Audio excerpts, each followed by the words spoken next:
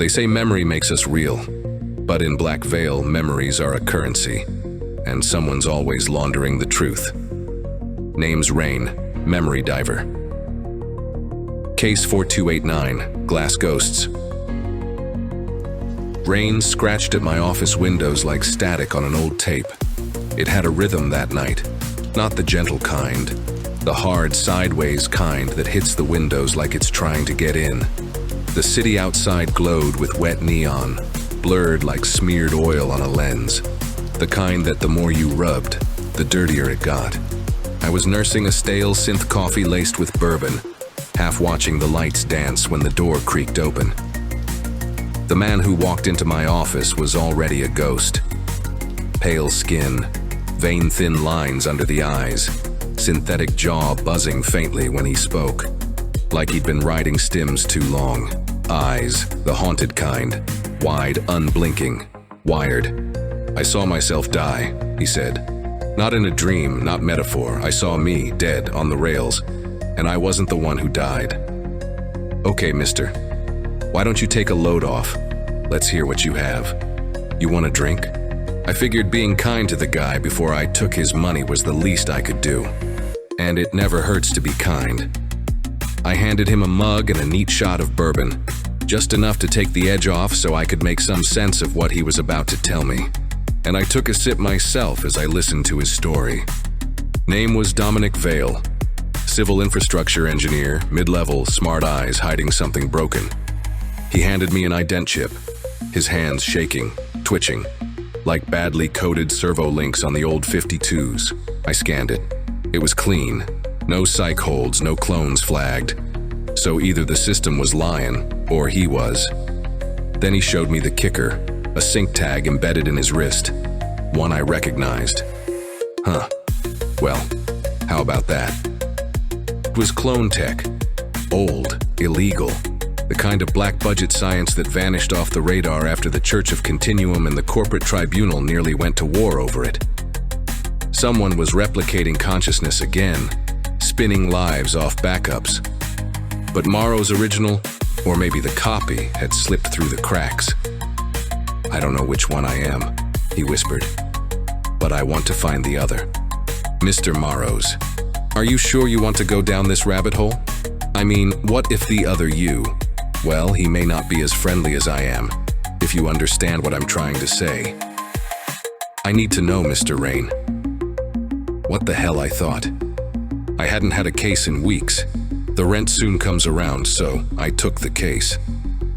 Sector 4, the industrial graveyard, where factories go to rust and street vendors sell modded empathy patches under oil slick umbrellas. That's where the signal led. The air smelled of scorched ozone and fermentation. The walls dripped recycled coolant.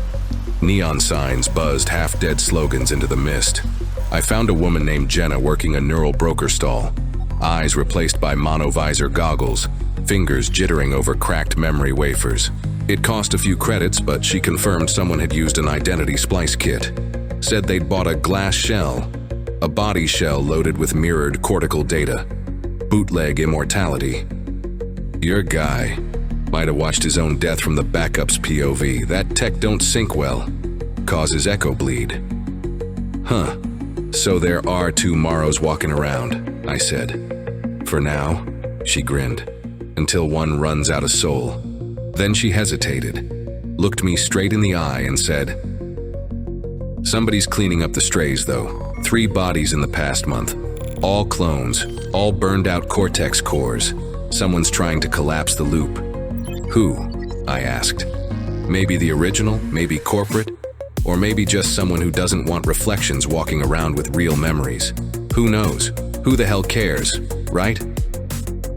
That's when the shell started hunting the source. But which one's the real Morrows? I tracked the second Morrow to an abandoned clinic deep in the sink levels, the understructure where the city's foundation dips below floodlines. It was silent, submerged in half-darkness, like a drowned cathedral. Found a place in an abandoned sublab called Neuro Vale, long since blacklisted. Red tag warning still flickered, barely legible. Experimental memory splitting.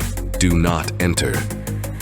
but I never did pay any attention to things telling me where I could and couldn't go. Call it one of my bad habits.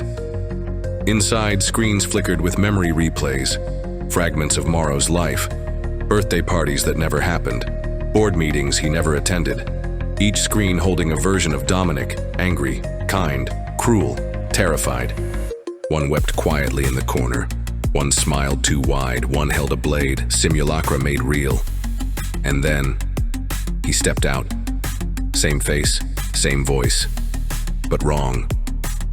This Morrow was calm, too calm, like he knew the world better than he should. My eyes narrowed through a plume of smoke as I looked him over. "You're not the first to find me," he said, "but you're the first that made it past the echoes." He offered no fight, just explanation. "I'm the original. The other one is a copy, a glitch." He saw my death because I was trying to overwrite him. That was the last transfer. But he rejected the merge.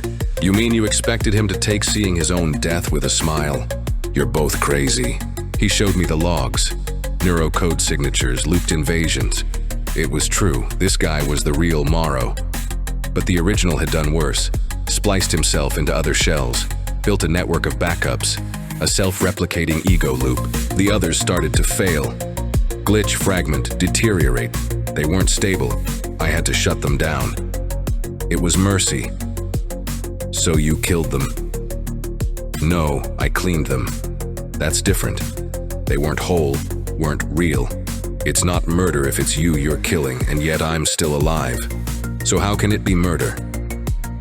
"And the Morrow who came to me. He's still out there. He ran, I don't know where, but he's the last. I haven't been able to find him. He handed me a gun, told me to choose. I left the clinic without firing a shot. I don't kill ghosts, I just follow them." Back in the city, Morrow number 1 vanished, the one who hired me. Maybe he was overwritten. Maybe he never existed at all. Or maybe he was more real than the actual Morrow. Who knows? In my coat pocket, I kept the memory wafer Mia had given me. It pulsed faintly.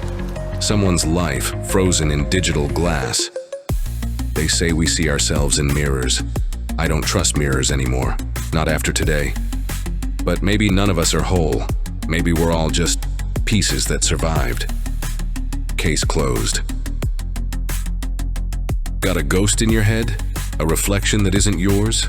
Leave your memory case in the comments. Cal might trace the signal next week. Or if you need more proof that I can get the job done. Check out future or past cases by following my data stream each week. Keep safe out there, Black Veil. Until next time, this is Cal Raine, signing off.